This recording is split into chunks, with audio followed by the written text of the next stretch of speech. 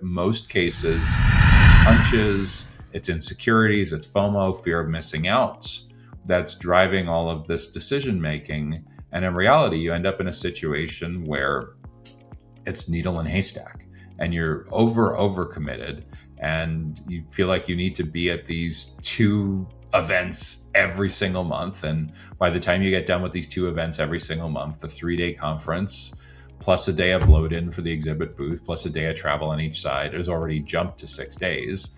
Add 2, 3, 4 days before that where your team members are scrambling around trying to book a meeting with anyone that has a pulse at that conference to justify being at the conference. Add 2 or 3 days when they come back for catching up on everything that's been neglected for the last 10 days or so. And you very quickly realize that that 3-day event is 2 weeks.